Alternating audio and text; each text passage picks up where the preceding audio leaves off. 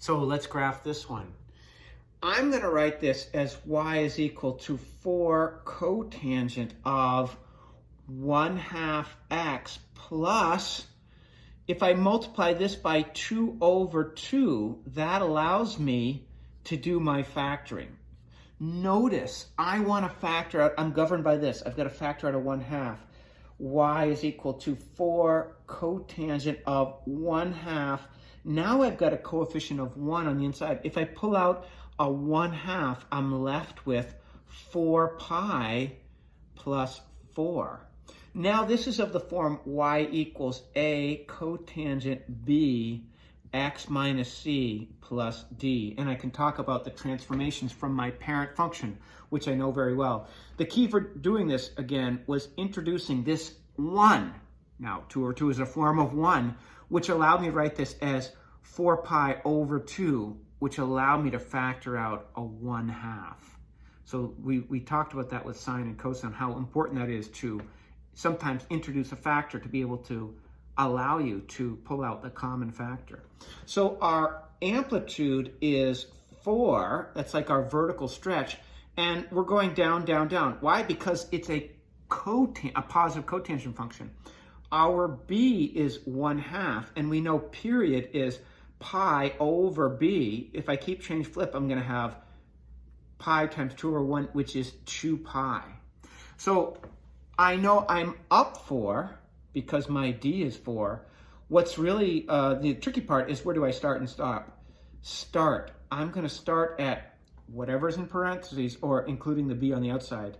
X plus 4 pi equals, where does the parent function start? At 0. Multiply both sides by 2. X plus 4 pi equals 0. So x equals negative 4 pi.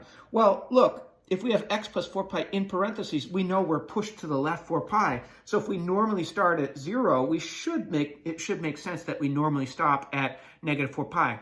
If the period is 2 pi and we're starting at negative 4 pi, we should end at negative 2 pi. Let's see. Stop. And I know that's going to be 1/2 times x plus 4 pi equals, where do we usually stop the parent function?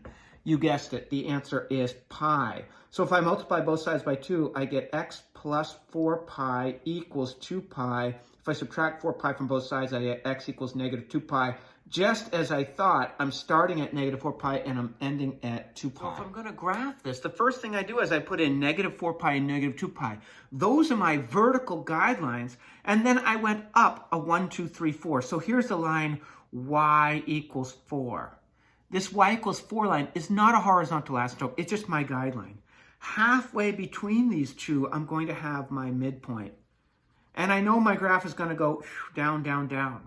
So halfway between negative 3 pi and negative 2 pi is, between negative 4 pi and negative 2 pi is negative 3 pi, comma, we're up 4. How do I know we're up 4? Well, because look, my vertical shift was up 4. Now, I go halfway between negative 3 pi and negative 4 pi, which is negative 3.5 pi, and I'm going to go up 4 from here. So that's going to be the point negative 3.5 pi. If I'm starting up 4 and I'm going up another 4, this here is 4, that's going to be up at 8. How about here? Halfway between negative 3 pi and negative 2 pi is negative 2.5 pi. So here, this was 3 pi, here was 3.5 pi, here is negative 2.5 pi, and I'm going to be down 4. So that's going to put me at 0. See, I was up 4 above. If I'm coming down 4, this is going to put me at negative 2.5 pi, comma 0. So I've got my 3 points and 2 asymptotes. There it is. Beautiful.